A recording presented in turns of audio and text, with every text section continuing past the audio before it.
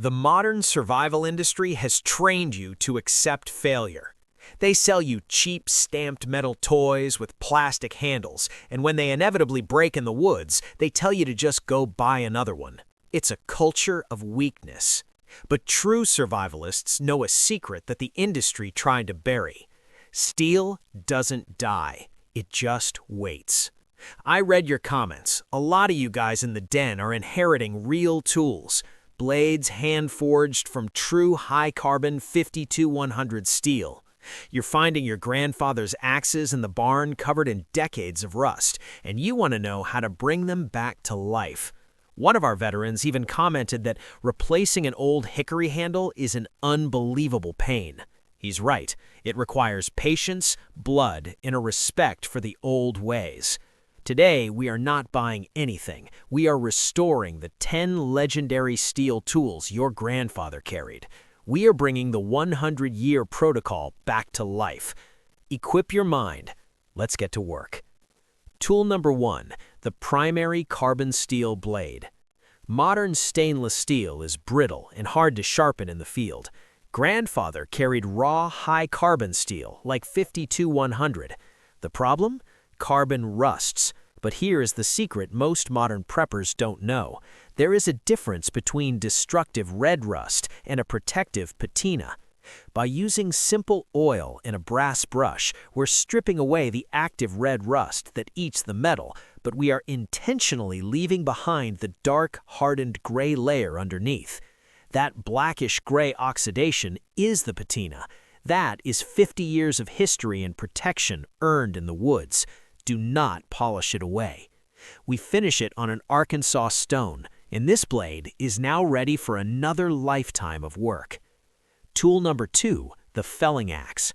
A true woodsman doesn't use a battery-powered chainsaw. He relies on gravity and heavy steel. To restore a dead axe, we start with the head.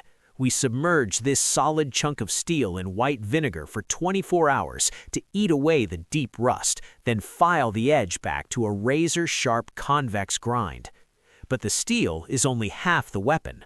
A brother in the comments said fitting a new handle is a nightmare. Let me show you how grandfather did it.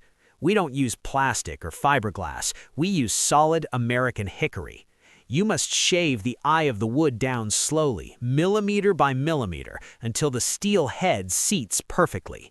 You drive a wooden wedge in to lock the core, followed by a steel cross wedge to make it bomb-proof. Finally, you soak the entire handle in raw linseed oil. The wood drinks the oil, swells up, and locks the steel in place forever.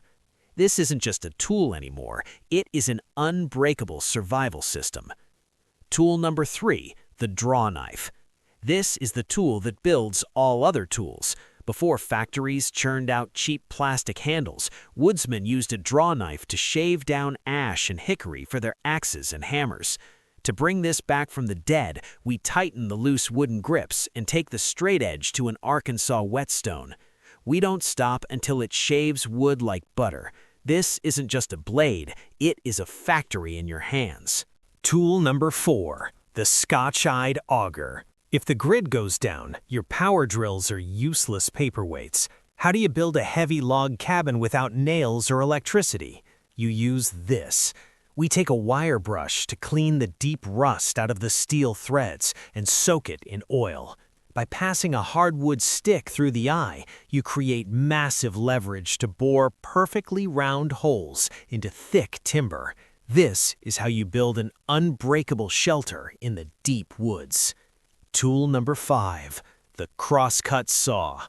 Gasoline expires, batteries die, but human muscle and carbon steel never stop working. Over decades, the teeth of a crosscut saw get bent and jammed with dirt. We clean the blade with kerosene and then use an old-school saw set tool to realign the angle of every single tooth. When you restore the geometry of this blade, it cuts through heavy timber faster than a cheap modern chainsaw. It is the grid-down king.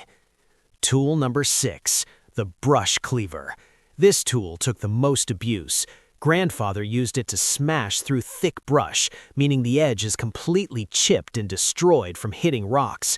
You cannot fix this with a modern pocket sharpener. You have to clamp it down and use a heavy bastard file to physically remove the damaged steel and reprofile a brand new edge.